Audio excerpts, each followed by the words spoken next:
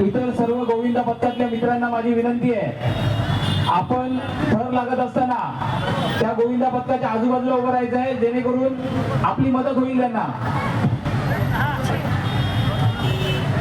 6 थराचा मानवी मनोरा या ठिकाणी रचण्यात येत आहे.